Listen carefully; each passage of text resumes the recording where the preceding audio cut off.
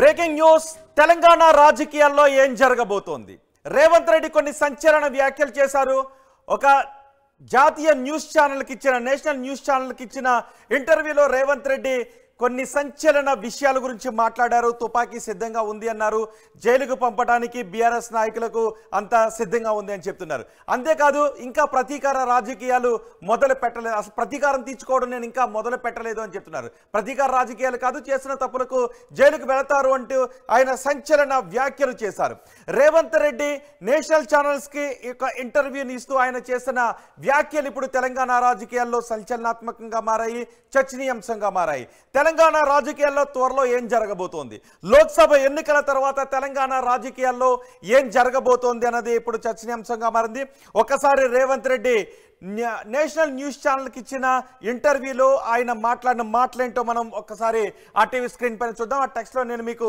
వివరించబోతున్నాను కేసీఆర్ నన్ను జైలుకు పంపించాడు అనే భావనలో రేవంత్ రెడ్డి ఉన్నారు అంతేకాదు ఆయన బిడ్డ ఎంగేజ్మెంట్కి కూడా సరిగా చూడనివ్వలేదు సరిగా హాజరు కానివ్వలేదు అంటూ ఆ భావనలో రేవంత్ రెడ్డి ఉన్నారు కేసీఆర్ పై ప్రతీకారం ఇంకా మొదలు పెట్టలేదు ప్రతీకారాన్ని మొదలు పెట్టారా అంటూ హోస్ట్ అడిగిన ప్రశ్నకు ప్రతీకారాన్ని ఇంకా మొదలు పెట్టలేదు అన్నారు అంతేకాదు ఆయన బీఆర్ఎస్ నాయకులు సింహం బయటకు వచ్చింది అంటూ వ్యాఖ్యలు చేస్తున్నారు సింహం బయటకు వచ్చింది అనే వ్యాఖ్యలు ఇప్పుడు బీఆర్ఎస్ నాయకులు చేస్తూ ఉన్నారు కదా అనే క్వశ్చన్ అడిగినప్పుడు నేను పిల్లుల్ని కుక్కల్ని కొట్టను డైరెక్ట్గా సింహాన్నే కొడతాను అంటూ రేవంత్ రెడ్డి సంచలన వ్యాఖ్యలు చేశారు అందుకు తుపాకీ కూడా సిద్ధంగా ఉంది సింహం అని చెప్తున్నారు కదా బయటకు రానివ్వండి తుపాకీ సిద్ధంగా ఉంది అని రేవంత్ రెడ్డి అన్నారు ఒక్కటే బుల్లెట్ తుపాకీ సిద్ధంగా ఉంది ఒక్కటే బుల్లెట్ ఖేల్ ఖతం అంటూ రేవంత్ రెడ్డి మాట్లాడారు అంతేకాదు కేసీఆర్ కు చర్లపల్లి జైల్లో డబుల్ బెడ్రూమ్ రెడీగా ఉంది అంటూ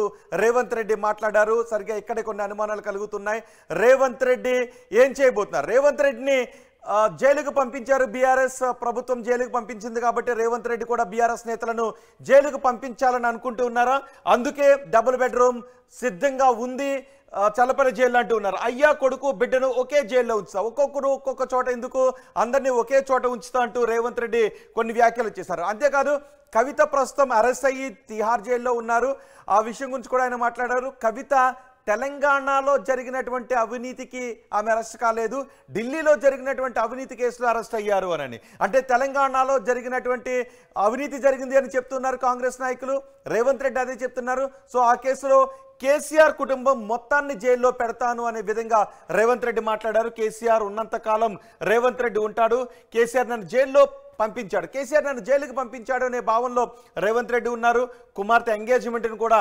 చూడనివ్వలేదు అనే భావనలో రేవంత్ రెడ్డి ఉన్నారు ప్రతీకార రాజకీయాలు మొదలు పెట్టలేదన్నారు నేను ప్రతీకారం తీర్చుకోవడం ఇంకా మొదలు పెట్టలేదు అని రేవంత్ రెడ్డి అంటూ ఉన్నారు ఎన్నికలు అయిన తర్వాత తెలంగాణ రాజకీయాల్లో ఏం జరగబోతుంది అంతేకాదు కవిత అరెస్ట్ వచ్చే ఎన్నికల్లో సెంటిమెంట్ని క్రియేట్ చేస్తుందంటే కేసీఆర్ అరెస్ట్ అయి ఉంటే సెంటిమెంట్ క్రియేట్ చేసి ఉండేది కవిత అరెస్ట్ సెంటిమెంట్ని క్రియేట్ చేయదు అని చెప్తున్నారు అంటే కేసీఆర్ను ఒకవేళ ఇప్పుడు అరెస్ట్ లాంటి పరిణామాలు జరిగితే అది సెంటిమెంట్గా మారుతుంది కాబట్టి ఎన్నికలు అయ్యేంత వరకు ఎదురు చూస్తున్నారు అనే రేవంత్ రెడ్డి మాట్లాడారు అదే విషయం ఇప్పుడు చర్చనీయాంశంగా మారింది ఒక్కసారి రేవంత్ రెడ్డి గతంలో మనం చాలా సందర్భాల్లో చూసాం ఆయన చాలా భావోద్వేగంతో ఊగిపోయారు పలు సందర్భాల్లో రేవంత్ రెడ్డి అరెస్ట్ సందర్భాల్లో ఏం జరిగిందో ఒకసారి మనం చూద్దాం రేవంత్ రెడ్డి కుమార్తె నిశ్చితార్థానికి ముందు ఓటుకు నోటు కేసులో అరెస్ట్ అయ్యారు ఆ తర్వాత 2-3 సార్లు కూడా రేవంత్ రెడ్డిని పోలీసులు ఇంటికి వచ్చి మరి అరెస్ట్ చేశారు రేవంత్ రెడ్డిని అత్యంత బాధ పెట్టింది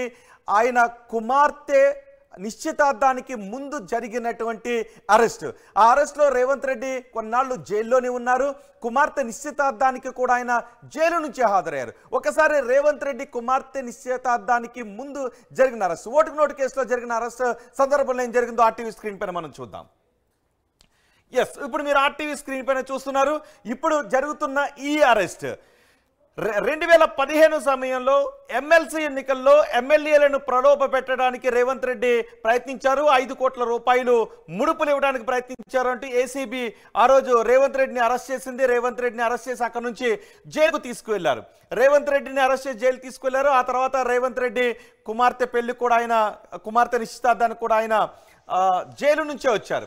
ఆ దృశ్యాలు మన ఆర్టీవీ స్క్రీన్ పైన చూస్తున్నా. రేవంత్ రెడ్డిని 2015లో ఓటుకు నోటు కేసులో అరెస్ట్ చేస్తున్న దృశ్యాలు, రేవంత్ రెడ్డిని అత్యంత కలిచివేసిన దృశ్యాలు. ఆ జైలుకి వెళుతూ ఉన్నప్పుడు, అరెస్ట్ చేస్తూ ఉన్నప్పుడు ఆయన మీసం మెలేశారు. మీసం మెలేస్తూ నా మీద కక్ష సాధింపు చర్యలు చేపడుతున్నారు, నేను ప్రతీకారం తీర్చుకుంటా, ఇంతకింత మీరు కూడా పొందుతారు అంటూ, అనుభవిస్తారు అంటూ ఆయన ప్రతిజ్ఞ చేశారు, మీసాన్ని మెలేశారు. రేవంత్ రెడ్డిని ఓటుకు నోటు కేసులో అరెస్ట్ చేస్తున్న దృశ్యాలు ఇప్పుడు మీరు ఆర్టీవీ స్క్రీన్ పైన చూస్తున్నారు. 2015లో ఆయన టీడీపీలో ఉన్నప్పుడు ఓటుకు నోటు కేసు చోటు చేసుకుంది. ఓటుకు నోటు కేసులో 5 కోట్ల రూపాయలు ఇవ్వటానికి ట్రై చేశారు మా ఎమ్మెల్యేలకంటూ బీఆర్ఎస్ ఫిర్యాదు చేయడంతో ఏసీబీ అదుపులోకి తీసుకుంది. ఆ దృశ్యాలు మీరు చూస్తున్నారు. ఆ తర్వాత జైల్లో నుంచి రేవంత్ రెడ్డి జైల్లో ఉన్నారు. ఆ తర్వాత కుమార్తె నిశ్చితార్థం జరుగుతుంది. ఇప్పుడు మీరు ఆర్టీవీ స్క్రీన్ పైన చూస్తున్నారు కుమార్తె నిశ్చితార్థానికి సంబంధించిన దృశ్యాలు. కుమార్తె నిశ్చితార్థానికి 12 గంటల పాటు పెరోల్ పైన ఆయన బయటకు వచ్చారు. 12 గంటల పాటు కోర్టు అనుమతితో నిశ్చితార్థం వరకు బయటకు వెళ్ళడానికి అనుమతి లభించడంతో ఆయన బయటకు వచ్చారు. ఎవరి మొహాల్లోనూ సంతోషం కనిపించట్లేదు. నిజానికి అది సంతోషకరమైనటువంటి సందర్భం. కానీ రేవంత్ రెడ్డి ఆ బాధనంతటిని దిగమింగుకున్నారు. ఆయన ముఖంలో ఆ బాధనంతటిని దిగమింగుకొని గుండెల్లో నుంచి దుఃఖం పొంగుకొస్తున్న ఆ బాధని, కుమార్తె నిశ్చితార్థానికి ఆయన నవ్వుతూ చాలా ఆనందంగా ఉండాల్సినటువంటి సందర్భంలో జైలు నుంచి నేను కుమార్తె నిశ్చితార్థానికి వచ్చాననే బాధ రేవంత్ రెడ్డి ముఖంలో చాలా స్పష్టంగా మనకి కనిపిస్తుంది. ఆయన అక్కడికి వచ్చిన అతిథులను పలకరిస్తూ ఉన్నా ఆయన చాలా దుఃఖంలో ఉన్నారు, చాలా బాధలో ఉన్నారు. నేను దుఃఖంలో 9 ఏళ్ళు గడిపాను అంటూ కూడా ఆయన కొన్ని వ్యాఖ్యలు కూడా చేశారు. కుమార్తె ఎంగేజ్మెంట్ సందర్భంలో ఆ రోజు రాజకీయ ప్రముఖులంతా కూడా అక్కడ హాజరయ్యారు, అందరినీ పలకరిస్తారు. కానీ 12 గంటల పాటు కోర్టు అనుమతితో ఆయన నిశ్చితార్థానికి వచ్చారు. కుమార్తె నిశ్చితార్థానికి జైలు నుంచి రావాల్సినటువంటి పరిస్థితి నెలకొంది అని ఆయన చాలా బాధతో దుఃఖంతో అక్కడ కనిపించారు. దుఃఖాన్ని ఎక్కడ కూడా బయట కనపడలేదు, ఆయన ముఖంలో కొంచెం అది కనిపిస్తూ ఉంటుంది. ఆ తర్వాత మనం చూడొచ్చు రాజకీయ ప్రముఖులందరూ కూడా అక్కడ మనకు కనిపిస్తున్నారు. దానం నాగేందర్, ఎర్రబెల్లి దయాకర్ కూడా అక్కడికి వచ్చారు నిశ్చితార్థానికి. రాజకీయ ప్రముఖులందరూ కూడా అక్కడికి వచ్చారు. చంద్రబాబు కూడా సతీ సమేతంగా వచ్చి అక్కడ అన్ని కార్యక్రమాలను దగ్గరుండి కూడా చూశారు. కానీ రేవంత్ రెడ్డిని మాత్రం ఈ ఇన్సిడెంట్ అప్పటి నుంచి ఆయన చాలా దుఃఖంతో ఉన్నారు, చాలా బాధతో ఉన్నారు. ఇంకా చెప్పాలి అంటే దీనికి ఇంతకింత ప్రతీకారం తీర్చుకోవాలి అని రేవంత్ రెడ్డి మనసులో అనుకున్నారు, గట్టిగా బలంగా ఉంది అని బయట మనకి కొన్ని విశ్లేషణలు కూడా వినిపిస్తుంటుంటాయి. ఆ తర్వాత మరో సందర్భంలో కూడా రేవంత్ రెడ్డి అరెస్ట్ అయ్యారు. ఆ తర్వాత కొన్ని సందర్భాల్లో అరెస్ట్ అయ్యారు. రేవంత్ రెడ్డి ఇంటికి వచ్చి మరి అర్ధరాత్రి పోలీసులు రేవంత్ రెడ్డి ఇంటికి వచ్చి మరి రేవంత్ రెడ్డిని అదుపులోకి తీసుకుని వెళ్తున్నారు, పోలీసులతో వాగ్వాదం చేస్తారు. ఒకసారి రేవంత్ రెడ్డి అక్కడ పోలీసులతో వాగ్వాదం చేస్తున్న దృశ్యాలు ఆ మాటలు విందాం మనం.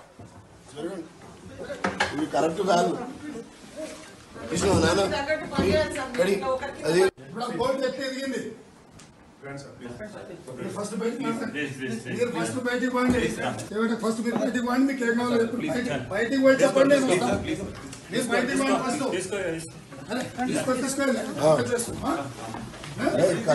చూసాం రేవంత్ రెడ్డి అడుగుతూ ఉంటారు, అర్ధరాత్రి తలుపులు పగల కొట్టుకుని మీరు లోపలికి ఎలా వస్తారు, మీకు అసలు అనుమతి ఎక్కడిది, మీకు పర్మిషన్ ఏముంది అని రేవంత్ రెడ్డి పోలీసులతో వాగ్వాదానికి దిగుతారు. కానీ అందరూ చుట్టుముట్టి రేవంత్ రెడ్డి మాట్లాడుతూ ఉండగానే అక్కడ నుంచి రేవంత్ రెడ్డిని ఎత్తుకుపోతారు. తర్వాత రేవంత్ రెడ్డి భార్య కూడా వాళ్ళ పోలీసులతో వాగ్వాదానికి దిగుతారు. కానీ పోలీసులు ఎవరు కూడా వినిపించుకోరు. ఇలా నన్ను పలు సందర్భాల్లో అక్రమంగా అరెస్ట్ చేశారు అని రేవంత్ రెడ్డి చాలా బాధ పెట్టుకున్నారు. అన్నిటికంటే రేవంత్ రెడ్డిని ఎక్కువగా బాధకు గురి చేసిన అరెస్టు 2015లో జరిగిన అరెస్ట్, ఓటుకు నోటు కేసులో ఆయన కొన్నాళ్ళు జైల్లోనే ఉన్నారు. కుమార్తె నిశ్చితార్థానికి కూడా జైలు నుంచే హాజరు కావడం ఆయన అత్యంత కలిచివేసింది. ఎప్పటికీ ఆ విషయాన్ని ఆయన మర్చిపోలేకపోతున్నారు. ఆ విషయం గురించి రేవంత్ రెడ్డి భాగ్యలక్ష్మి ఆలయం దగ్గర కొన్ని మాటలు చేశారు. ఈటెల రాజేందర్ నేను అమ్ముడుపోయాను అని అన్నారు. ఆ విషయం కానీ నేను ఎవరికి అమ్ముడుపోలేదు అంటే ఆయన ఏడుస్తూ కన్నీటితో మాట్లాడారు రేవంత్ రెడ్డి. ఆయన ఆ సందర్భంలో ఏం మాట్లాడారు ఒకసారి చూద్దాం. సర్వం పెట్టినా నా ఇంటి కడుగొనలేను, వాడి సర్వం దారబోసిన రేవంత్ రెడ్డి ఎంచుక కూడా కొనలేడు, కాలు కోటింగ్ కూడా తాకలేడు. బిడ్డ 7 మంది అన్నదమ్ముల్లో సర్వం పెట్టి కొట్లాడతాం. ఇది చేతగా తన కాదు. ఇవాళ నా కళ్ళల్లో నీళ్ళు వచ్చి ఉండొచ్చు. ఇది ఆవేదన దుఃఖం. 9 ఏళ్ళు ఉగ్గబట్టుకొని కొట్లాట. నా బిడ్డ లగ్గం ఉంటే కూడా జైలు నుంచి వచ్చి జైలు పోయినా ఆస్తంతా బట్టి 7 మంది అన్నదమ్ములు బిడ్డ మా సర్వం పెట్టి కొట్లాడతాం. అమ్ముడు బయట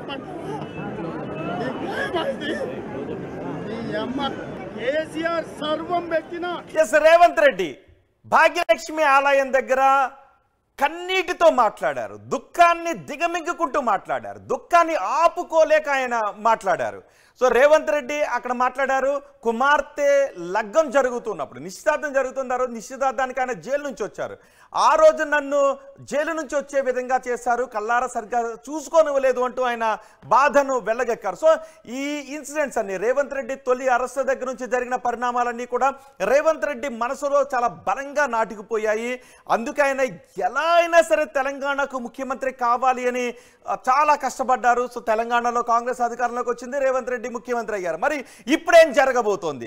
రేవంత్ రెడ్డి ముఖ్యమంత్రి అయిన తరువాత బీఆర్ఎస్ ప్రభుత్వం ఉన్నప్పుడు జరిగినటువంటి ఒక్కొక్క అవినీతిని బయటకు తీస్తున్నామని చెప్తున్నారు. కాళేశ్వరంలో జరిగిన అవినీతిని బయటకు తీస్తున్నామని చెప్తున్నారు. కాళేశ్వరంలో 1,00,000 కోట్ల అవినీతి జరిగింది, దాన్ని బయటకు తీస్తాము, ఖచ్చితంగా బాధ్యులందరూ కటకటాల వెనక్కి వెళతారు అని చెప్తున్నారు. దానిపైన జ్యుడిషియల్ ఎంక్వైరీ వేశారు. ఇప్పటికే ఆ జ్యుడిషియల్ ఎంక్వైరీలో కాళేశ్వరంలో అవినీతి జరిగిందనే విషయాలు బయటకు వస్తున్నాయని చెప్తున్నారు. మరోవైపు ఫోన్ ట్యాపింగ్ అంశం తెలంగాణ రాజకీయాల్లో పెద్ద ఎత్తున చర్చనీయాంశం అవుతున్న విషయం ఫోన్ ట్యాపింగ్ రేవంత్ రెడ్డి ఇంటి పక్కనే ఒక పెద్ద కార్యాలయాన్ని కూడా ఏర్పాటు చేశారు. రేవంత్ రెడ్డిని ఎప్పటికప్పుడు రేవంత్ రెడ్డి ఫోన్ని ట్యాప్ చేసి ఆయన విషయాలను కనుగొంటూ ఉన్నారు అని కూడా చెప్తున్నారు. అంతేకాదు ప్రత్యర్థుల వివరాలతో పాటు చాలామంది బిజినెస్ మ్యాన్ వివరాలను కూడా ఫోన్ ట్యాపింగ్ ద్వారా తెలుసుకుంటూ చాలా అక్రమాలకు పాల్పడ్డారు అంటూ బయటకు వస్తున్నాయి. సో ఫోన్ ట్యాపింగ్ అంశంలో త్వరలో ఏం జరగబోతుంది? ఇప్పటికే పోలీసు ఉన్నతాధికారులు అరెస్ట్ అయ్యారు.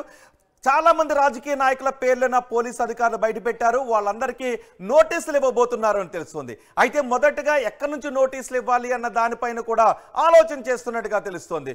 వీటితో పాటు కొన్ని భూ కుంభకోణాలు, ధరణి దగ్గర నుంచి చాలా భూ కుంభకోణాలు జరిగాయి. వీటన్నిటిపైన ఎంక్వైరీ చేస్తున్నామని చెప్తున్నారు. అంతేకాదు రేవంత్ రెడ్డి కేసీఆర్ కుమారుడు, కేసీఆర్ కుమార్తె కోసం చల్లపల్లి జైల్లో డబుల్ బెడ్రూమ్ ఇంటిని సిద్ధం చేశాను అని ఒక నేషనల్ ఛానల్కి ఇచ్చిన ఇంటర్వ్యూలో ఆయన చెప్పడం ఇప్పుడు సంచలనంగా మారింది, చర్చనీయాంశంగా మారింది.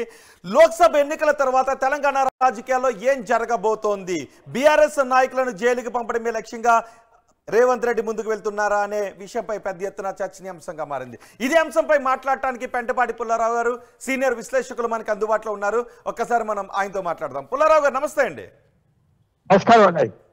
పుల్లారావు గారు, రేవంత్ రెడ్డి ఒక నేషనల్ న్యూస్ ఛానల్కి ఇచ్చిన ఇంటర్వ్యూలో ఆయన మాట్లాడిన మాటలు ఇప్పుడు తెలంగాణ రాజకీయాల్లో పెద్ద ఎత్తున చర్చనీయాంశంగా మారాయి.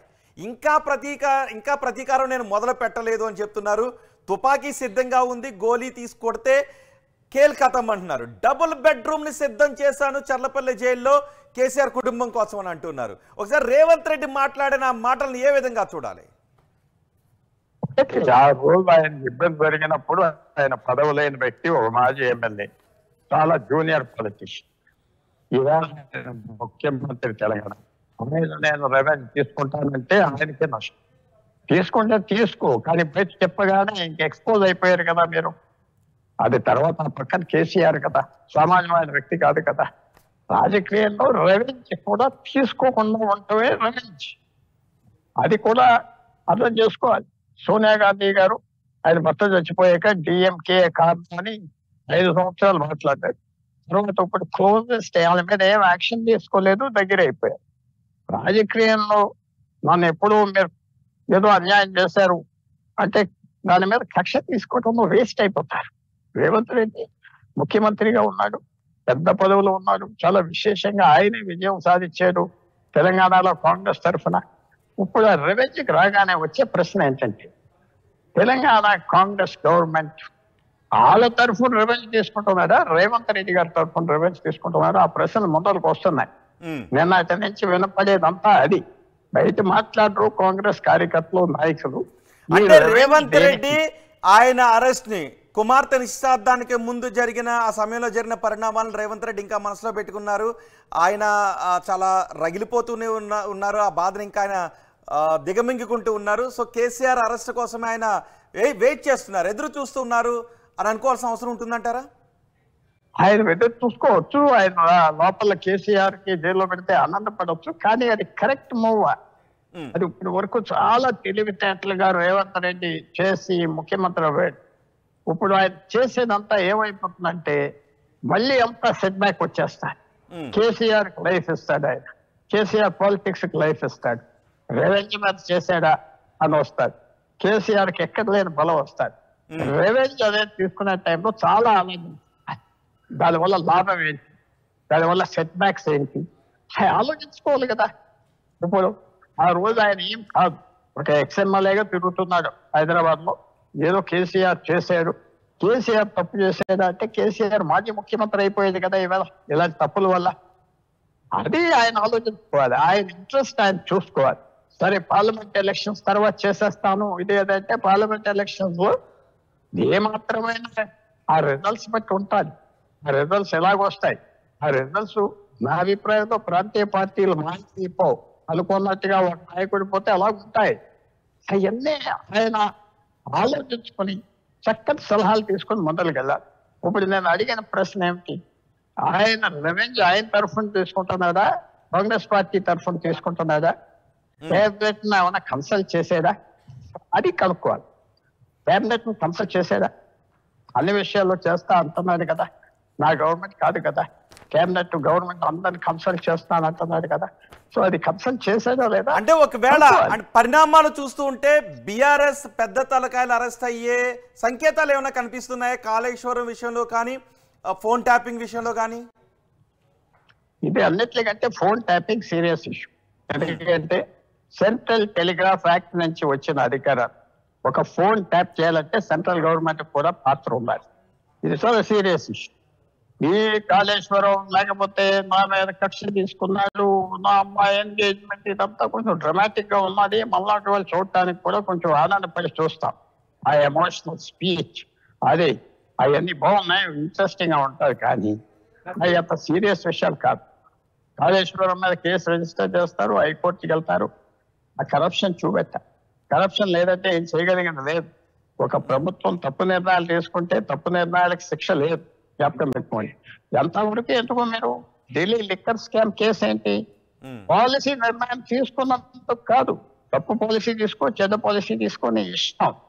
కానీ ఆ పాలసీ నిర్ణయం లిక్కర్ స్కామ్ లో నువ్వు డబ్బు తీసుకున్నావు, అందువల్లే కేజ్రీవాల్ జైల్లో ఉన్నాడు, అందువల్లే కవిత ఆ జైలు ఇబ్బందులు ఉన్నారు, అందరూ జైలుకి వెళ్తున్నారు.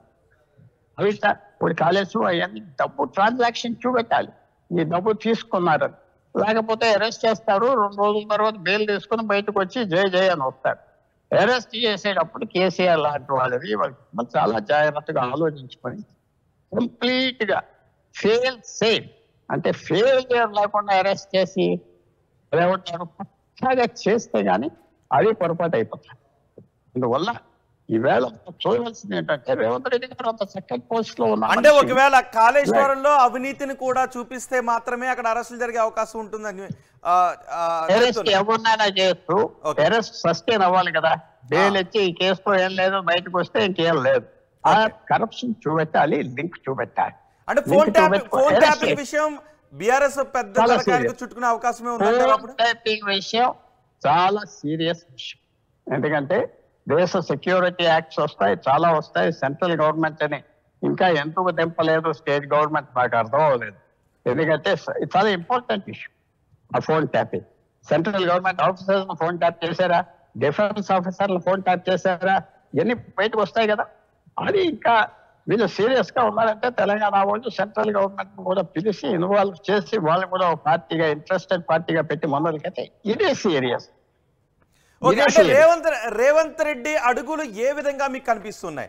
ఇప్పటి వరకు రేవంత్ రెడ్డి అడుగులు కాళేశ్వరంపై విచారణను వేగవంతం చేయడం, మరోవైపు ఫోన్ ట్యాపింగ్ లో వడివడిగా ముందుకు వెళ్తూ ఉండటం, బీఆర్ఎస్ ఎమ్మెల్యేలను కాంగ్రెస్ లోకి తీసుకుంటూ ఉండటం, బీఆర్ఎస్ ఎల్పీనే కాంగ్రెస్ లో విలీనం చేయాలి అనే ప్రయత్నాలు జరుగుతున్నాయి. మాతో కొంతమంది ఎమ్మెల్యేలు 20 నుంచి 25 మంది వరకు ఎమ్మెల్యేలు టచ్ లో ఉన్నారంటూ కాంగ్రెస్ నాయకులు హింట్ ఇస్తూ ఉండటం, ఇవన్నీ దేనికి సంకేతం అనుకోవాలి? ఎమ్మెల్యేలు వెళ్ళిపోతాం అది పెద్ద ఆశ్చర్యపడక్కర్లేదు. తెలంగాణలో అలవాటు పడిపోయారు, అవకాశం వస్తే వెళ్ళిపోతారు. దానివల్ల ఏదో పెద్ద విశేషమే. ఇప్పుడు మనం 4 నెలల బట్టి వింటున్నాం కదా ఎమ్మెల్యేలు వెళ్ళిపోతున్నారని. ఇంకా సర్ప్రైజ్ ఏముంది దాంట్లో? వెళ్ళిపోతే సర్ప్రైజ్. అంతమంది కూడా అక్కడికి వెళ్ళి కూర్చొని రేవంత్ రెడ్డి పని పడతారు. ఎందుకంటే వాళ్ళకి ఏమి సాటిస్ఫాక్షన్ ఉండదు, వాళ్ళు తిరగబడతారు. సో ఈ తర్వాత ఉన్న వాళ్ళు అనుకోండి అది పెద్ద విషయం కాదు. మీరు అడిగిన దానికి ఫస్ట్ ఆఫ్ ఆల్ ఆయన రెవెన్యూ పాలిటిక్స్ మీద వెళ్తే ఆయన దెబ్బతినేస్తాడు రేవంత్ రెడ్డి. ఆయన సాఫ్ట్ గా ఉండి ఆయన రివెంజ్ తీసుకుంటాను అనే దానికంటే రివెంజ్ ఇంకా మొదలు పెట్టలేదు. హోస్ట్ అడిగిన ప్రశ్నకు రివెంజ్ ఇంకా మొదలు పెట్టలేదు అని అంటున్నారు. కానీ పరిణామాలు చూస్తుంటే ఏమనిపిస్తోంది? పరిణామాలు చూస్తే ఆయన కూడా ఆలోచించుకుంటున్నాడు. రివెంజ్ మీద జరిగితే ఆయన మీదే మట్టి పడిపోతాడు. ఆయన చాలా ఇంటెలిజెంట్ మ్యాన్. ఆయన తక్కువ తెలివితేటలు ఉన్నాయని చెప్పట్లేదు. అదే కొంచెం డ్రామాటిక్ గా ఎమోషనల్ గా మాట్లాడటం అది కూడా ప్రజలకు ఇష్టం కదా. ఇలాంటివన్నీ విని అది కొంచెం బాగుంటుంది కదా చూడటానికి. ఎవరైనా అలా మాట్లాడితే ఈ రోజుల్లో టీవీ చూస్తాం. అంతేగాని ఆయన ఆలోచించకుండా దిక్కుతాడని మాత్రం నేను అనుకోవట్లేదు. చాలా ఒకవేళ ఫోన్ ట్యాపింగ్ విషయంలో రేవంత్ రెడ్డి ఏమన్నా సీరియస్ స్టెప్స్ తీసుకుంటే రేవంత్ రెడ్డి సర్కారు దాన్ని ప్రతీకార చర్యలుగా చూడాల్సినటువంటి అవసరం ఉంటుంది అప్పుడు? లేదు, నేను అక్కడ ఒప్పుకోను. ఫోన్ ట్యాపింగ్ అనేది పట్టుకోవాలి. కరప్షన్ ఎలా పట్టుకుంటారో ఎవరు చేసినా పట్టుకోవాలి. సమయం ముహూర్తం లేదు. ఎలక్షన్ రోజులైనా పట్టుకోవచ్చు, వాడి పెళ్లి రోజైనా పట్టుకోవచ్చు, కూతురు పెళ్లి రోజైనా పట్టుకోవచ్చు. కరప్షన్ ఫోన్ ట్యాపింగ్ ఒక లెవెల్. ఫోన్ ట్యాపింగ్ చాలా serious. Privacy invasion, security invasion. కొంతమంది పోలీస్ ఆఫీసర్స్ కూర్చొని ఎవరో రాజకీయ నాయకులు చెప్తా ఉంటే వాళ్ళ ఫోన్లు వీళ్ళ ఫోన్లు వెళ్ళటం, తీసుకోవటం, ఎక్స్ప్లాయిట్ చేయటం ఇది చాలా సీరియస్ అవుతాం. అది రేవంత్ రెడ్డి ఒక్క సబ్జెక్ట్ మీద వెళితే ఆయన రెవెన్యూ తీసుకోనట్టుగా రెవెన్యూ తీసుకోవచ్చు. మిగతా హైదరాబాద్ జైల్లో పెట్టారు, మన ఇలా చేశారు, అలాగా రేవంత్ రెడ్డి అన్ని డ్రామాటిక్ గా ఉన్నాయి. సినిమా డైలాగ్ లో ఉన్నాయి. ఎందుకంటే తెలుగు సినిమా అంతా హైదరాబాద్ లో ఉన్నాడు కాబట్టి మనం కూడా మాట్లాడగలం. అంటే రేవంత్ రెడ్డి మాటలు సినిమా డైలాగ్ లాగా ఉన్నాయా, లేకపోతే ఒక బాధను గుండెల్లో దాచుకున్న విధంగా కనిపిస్తుందా? కుమార్తె నిశ్చితార్థానికి ఆయన జైలు నుంచి వచ్చారు. అది నాకు ఆశ్చర్యం వేస్తుంది. ఈవేళ ప్రజలకి ఇలాంటి విషయాల్లో ఏమన్నా సింపతి ఉంటుందా? మనం ఫోన్లు టీవీల మీద చూస్తున్నాం కదా, చితకొట్టేసుకోవటం, పొలుసుకోవటం. ఆ సీసీటీవీలు కెమెరాలు మనకు చూపెడుతున్నారు కదా. అవి ఎంత అలవాటు అయిపోయాం కదా. అది ఎవరు ఇలాంటి వాటికి ఎవరికైనా సింపతి వస్తుందా? పక్కన ఉన్న పౌరుదారులు దిగమంటే ఆయనకే దెబ్బ. ఎస్, రేవంత్ రెడ్డి గారు మీరు చాలా ఎమోషనల్ గా మాట్లాడుతున్నారు. ఎమోషనల్ గా మాట్లాడుతున్నారు. నేను చెప్పేది చాలా గొప్ప ముఖ్యమంత్రి అంటున్నాను. చాలా ఇంటెలిజెంట్ మ్యాన్, చాలా ఇంటెలిజెంట్ పొలిటీషియన్. ఏమైతే మంత్రి కూడా ముఖ్యమంత్రి అయిపోయాడు. కాంగ్రెస్ పార్టీలో అందరిని పక్కన తప్పించేశాడు. కాంగ్రెస్ పార్టీలో ఆయనకి ఈక్వల్ గా ఎవ్వరు లేరు. ఇవాళ ఎవరు లేరు. మీరు బయటికి అలా ఫోటోలు గిటోలు పెట్టుకొని తిరుగుతున్నారు కానీ Revanth Reddy boss, powerful chief minister. Delhi పూర్తిగా ఆయనకి లొంగున్నారు. వ్యక్తి ఇప్పుడు ఎమోషనల్ గా ఇవన్నీ చెప్తా ఉంటే ఓవర్ డ్రామాటిక్ గా ఆయనే దెబ్బతింటాడు. ఆయన ఇమేజ్. అంటే గత ప్రభుత్వం రేవంత్ రెడ్డి విషయంలో కక్ష పూర్తిగా వ్యవహరించింది అనుకోవడానికి ఆస్కారం ఉందా? అది చేస్తే ఇంకా ఇవన్నీ మర్చిపోవచ్చు కదా. 9 సంవత్సరాలు అయింది అనుకుంటా. 9 సంవత్సరాలు ఆయన ముఖ్యమంత్రి మర్చిపోలేదని చెప్తున్నారు రేవంత్ రెడ్డి.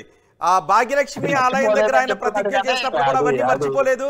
గుండెల బాధ అలాగే ఉంది అంటే ఆయన ఏడుస్తూ మాట్లాడారు, కన్నీటి పర్యంతమైతూ మాట్లాడారు. రేవంత్ రెడ్డి గారు కొద్దిగా నేను ఎప్పుడో చెప్తే ఇది బ్రిలియంట్ మ్యాన్. ఆయన తెలివితేటలు, ఆయన బ్రిలియన్స్ కి నేను తక్కువ అంటలేదు, ఒక్క మాట తక్కువ అంటలేదు సుమా. కానీ ఇది కొంచెం ఓవర్ డ్రామాటిక్ కదా. ఇది ఇది ఎలాగుంటుందంటే పొలిటికల్ లీడర్స్ నరేంద్ర మోడీని, అమిత్ షాని జైల్లో పెడతానికి ఎంతో ప్రయత్నం చేశారు 10 సంవత్సరాలు యూపీఏ గవర్నమెంట్ లో 2004 నుంచి 2014. వాళ్ళందరినీ మళ్ళీ బీజేపీలో తీసుకున్నది కదా. దాంతో సంబంధం ఉంచదా ఉండవు. ఆ రెవెన్యూ అనేది పాలిటిక్స్ లో ఎవరు పట్టించుకోరు.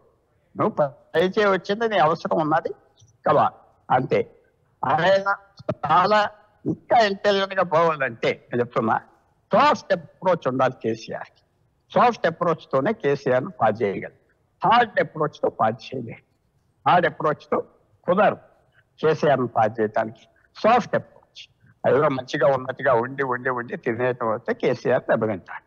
అంతేగాని ఇది అచ్చగా పబ్లిక్ కూడా కొద్దిగా ఆలోచించుకోండి. మీరే చూస్తారు కదా, కూనులు, మర్డర్లు, రేప్ యాక్టివిటీలు సీసీటీవీ మీద కనపడుతున్నాయా లేవా చెప్పండి. మీరు చూస్తున్నారు కదా, చూస్తున్నారా? టీవీ మీద చూపెడుతున్నారు కదా, ఇలా చంపించాడు, వాడిని ఇలా చేశాడు, రవ్వు తీశాడు, రౌడీస్. ఇక పబ్లిక్ ఈ ఇమేజెస్ కి ఇన్యూర్ అయిపోయారు. ఇంగ్లీష్ లో ఇన్యూర్ అంటే అసలు ఇంపాక్ట్ లేదు వాళ్ళకి, ఇంపాక్ట్ లేదు. ఒకవేళ రేవంత్ రెడ్డి అంటూ ఉన్నట్టుగా ఎలక్షన్స్ తర్వాత ఏమైనా విపరీత స్టెప్స్ తీసుకుంటే బీఆర్ఎస్ అగ్రనాయకత్వాన్ని అరెస్ట్ చేస్తే ఎటువంటి పరిణామాలు ఉండే అవకాశం ఉంటుంది?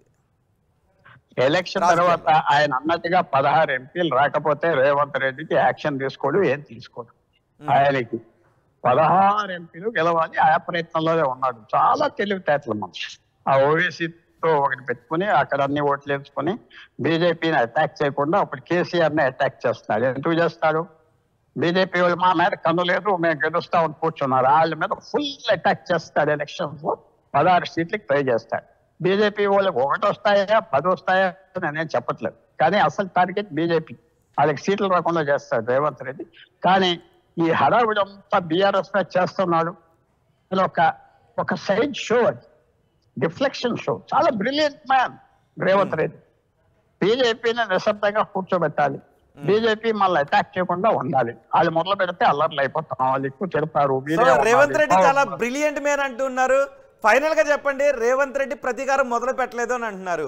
ఆయన వ్యవహార శైలి చూస్తూ ఉంటే ప్రతీకారం మొదలు పెడతారు అనే విధంగా ఉందా? మీకు ఆ డౌట్ పెట్టదు. ఎందుకంటే ఆయన పౌరుదారులో వాళ్ళు కొద్దిగా ఏదో అబద్ధాలు ఆడతారు ముఖ్యమంత్రుల దగ్గర, వాళ్ళు అలా లోతుకి దింపేస్తారు. ఇది క్లెవర్. బ్రిలియంట్ అంటే brilliant part of brilliance cleverness. అంటే ఆ బ్రిలియంట్ లో ఒక భాగం క్లెవర్నెస్. క్లెవర్నెస్ అంటే వీళ్ళు నన్ను ముంచడానికి వస్తారు, పౌరుతున్నారని కూడా అర్థం చేసుకుంటారు. ఈ తప్పుడు దారి మీద వెళ్ళడు. ఆయన ముఖ్యమంత్రిగా ఉండటమే బెస్ట్ రెవెంజ్ కేసీఆర్. ఆయన ముఖ్యమంత్రి కూర్చొని సెక్రటేరియట్ లో కూర్చుంటమే కేసీఆర్ కి ఆ బొమ్మ కనపడితే అదే రెవెంజ్ కదా. ఈ మాటలు అంటే ఆల్రెడీ నన్ను జైలుకి పంపించారు కదా, ఒక్కసారైనా కూడా బీఆర్ఎస్ నేతలను జైలుకి పంపించాలి అనే ఆలోచనలో రేవంత్ రెడ్డి ఉన్నారు అని రాజకీయ వర్గాల్లో చర్చ జరుగుతోంది. అంటే సహజంగా అలా అనుకోరా నేతలు? ఎవరు అనుకోరంటారా? లెటస్ ఇమాజిన్ కేసీఆర్ గారి మీద ఏదో కేసు పెడతారు, పోలీసులు పెడతారు, అరెస్ట్ చేస్తారు, జైలుకి తీసుకెళ్తారు, జైల్లో పెడతారు. 2 రోజుల తర్వాత బెయిల్ తీసుకుని వస్తాడు. దాంతో అయిపోయిందా? జైలంతా కరుణానిధిని అలాగ మధ్యరాత్రి పట్టుకెళ్ళిపోయారు, మీకు జ్ఞాపకం ఉన్నదో లేదు. నెక్స్ట్ మార్నింగ్ బెయిల్ ఇచ్చారు. అంతే కదా. అది రెవెంజ్ అయితే దీంతో నేను నిద్రపోతానని రేవంత్ రెడ్డి గారు అంటే డాక్టర్ వెనుమతి పుల్లారావు అంత బ్రిలియంట్ మ్యాన్ అంచనా వేసింది నేను తప్పవేనేమో. ఆయన Revanth Reddy very shoot man అంటున్నా. అది ఏదో మాటలకు అన్నాడు ఎమోషనల్ గా ఉన్నట్టుగా. అంటే రాజకీయాల్లో అంత సాఫ్ట్ గా ఆలోచిస్తారా? సాఫ్ట్ గా అంటే క్లెవర్ గా. తమిళనాడులో చూసాం, ఆంధ్రప్రదేశ్ లో చూస్తున్నాం, తెలంగాణలో ఇప్పుడు మళ్ళీ ఫెయిల్ అయ్యారు కదా. సాఫ్ట్ గా చేసి కనింగ్ గా చేయాలి, కానీ అల్లరి చేసి హడావిడి చేస్తే ఏమొస్తుంది? నువ్వు సాఫ్ట్ గా చెయ్యి, నువ్వు మెల్లిగా చెయ్యి. నేనేం చెప్పా, ఫోన్ ట్యాపింగ్ లాంటి విషయం ఇంకొక ఎక్కడ దొరకదు. Phone tapping is the most serious offence possible. Phone tapping జ్ఞాపకం పెట్టుకోండి. ఆ ఫోన్ ట్యాపింగ్ మీదే ఆయన వెంటనే సెంట్రల్ గవర్నమెంట్ కూడా ఇన్వాల్వ్ చేస్తే సెక్యూరిటీ ల్యాబ్స్ ఉన్నది అని చెప్తే వాళ్ళు వస్తారు, సిబిఐకి అప్పచెప్తారు. ఈయన అది సీరియస్ అవుతుంది. కాళేశ్వరం లేకపోతే నా కూతురు ఎంగేజ్మెంట్, ఇదంతా చక్కటి ఎంజాయ్మెంట్, ఎంటర్టైన్మెంట్. అది serious affair. Right, thank you very much Pentapati Pullarao గారు. రేవంత్ రెడ్డి ఒక జాతీయ ఛానల్ కు ఇంటర్వ్యూ ఇస్తూ ఆయన చేసిన వ్యాఖ్యలపై ఇప్పుడు తెలంగాణ రాజకీయాల్లో పెద్ద ఎత్తున చర్చ జరుగుతోంది. రేవంత్ రెడ్డి ఇంకా ప్రతీకారాన్ని మొదలు పెట్టలేదు అని చెప్తున్నారు. హోస్ట్ అడిగిన ప్రశ్నకు ప్రతీకారం మొదలు పెట్టారంటే ఇంకా ప్రతీకారాన్ని మొదలు పెట్టలేదు, తుపాకీ సిద్ధంగా ఉంది అని అంటున్నారు. బీఆర్ఎస్ నాయకులు సింహం బయటకు వచ్చింది అని అంటూ ఉంటే ఆ క్వశ్చన్ అడిగినందుకు సింహం బయటకు వస్తే తుపాకీ సిద్ధంగా ఉంది, ఒక గోలీతో కేల్ కథం అంటూ ఉన్నారు. అంతేకాదు చర్లపల్లి జైల్లో డబుల్ బెడ్రూమ్ సిద్ధంగా ఉంది అని రేవంత్ రెడ్డి మాట్లాడారు. ఆయన బిడ్డ నిశ్చితార్థాన్ని కూడా సరిగ్గా చూడలేదు, కక్ష సాధింపుతో జైలుకి పంపించారు అనే కోపం రేవంత్ రెడ్డిలో ఉంది. దాన్ని గతంలో రేవంత్ రెడ్డి భాగ్యలక్ష్మి ఆలయం దగ్గర ఆయన కన్నీటి పర్యంతం అయితే చెప్పారు. బిడ్డ ఎంగేజ్మెంట్కి ఏ విధంగా జైలుకి పంపించారు, బిడ్డ ఎంగేజ్మెంట్ సమయంలో ఏ విధంగా జైలు నుంచి వచ్చారనే విషయాన్ని కూడా ఆయన గుర్తు చేసుకున్నారు. ఇప్పుడు ఆయన నవ్వుతూ మాట్లాడుండొచ్చు కాక, కానీ ఆ దృశ్యాల్లో మాత్రం భాగ్యలక్ష్మి ఆలయం దగ్గర రేవంత్ రెడ్డి మాట్లాడినప్పుడు ఆయన ఏడుస్తూ మాట్లాడారు. సో ఇప్పుడు లోక్సభ ఎన్నికల తర్వాత తెలంగాణ రాజకీయాల్లో ఏం జరగబోతోంది? ఆల్రెడీ చర్లపల్లి జైల్లో డబుల్ బెడ్రూమ్ సిద్ధంగా ఉంది. కేసీఆర్ కుమారుడు కొడుకుని చల్లపల్లి జైలుకు పంపించడానికి సిద్ధంగా ఉంది, అన్ని కేసులు ఉన్నాయి అని చెప్తున్నారు. ఆల్రెడీ కాళేశ్వరంలో జ్యుడిషియల్ ఎంక్వైరీ ప్రారంభమైంది. మరోవైపు ఫోన్ ట్యాపింగ్ విషయంలో కూడా తెలంగాణ ప్రభుత్వం చాలా సీరియస్గా ముందుకు వెళ్తోందని చెప్తున్నారు. సిద్ధంగా ఉంది, రాజకీయ నాయకులకు నోటీసులు ఇవ్వడానికి రంగం సిద్ధమైందని చెప్తున్నారు. మరి లోక్సభ ఎన్నికల తర్వాత ఏం జరగబోతోంది అనేది ఇప్పుడు రేవంత్ రెడ్డి నేషనల్ ఛానల్కి ఇచ్చిన ఇంటర్వ్యూలో మాట్లాడిన మాటల ఆధారంగా పెద్ద ఎత్తున చర్చనీయాంశమైంది. చూద్దాం ఏం జరుగుతుందో.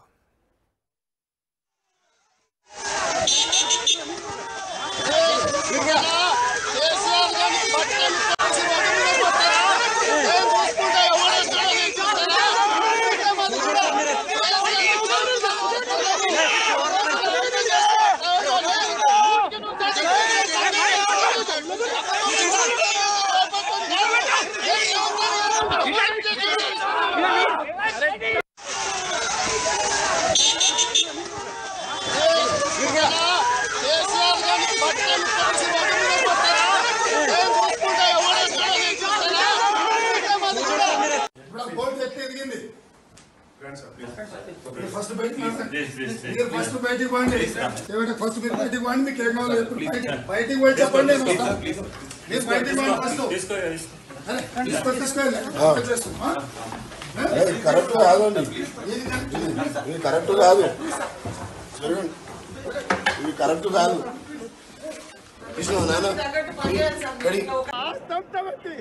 ఏడు మంది బిడ్డ మా సర్వం పెట్టి కొట్లాడతాం, అమ్ముడు బయటమంటావా? ఈ అమ్మ కేసీఆర్ సర్వం పెట్టినా నా ఇంటి కడుగొనలేడు, గుర్తు పెట్టుకోరా. వాడి సర్వం దారబోసిన రేవంత్ రెడ్డి ఎంచుక కూడా కొనలేడు, కాలు కోటింగ్ కూడా తాకలేడు బిడ్డ. 7 మంది అన్నదమ్ముల్లో సర్వం పెట్టి కొట్లాడతాం. ఇది చేతగా తన కాదు.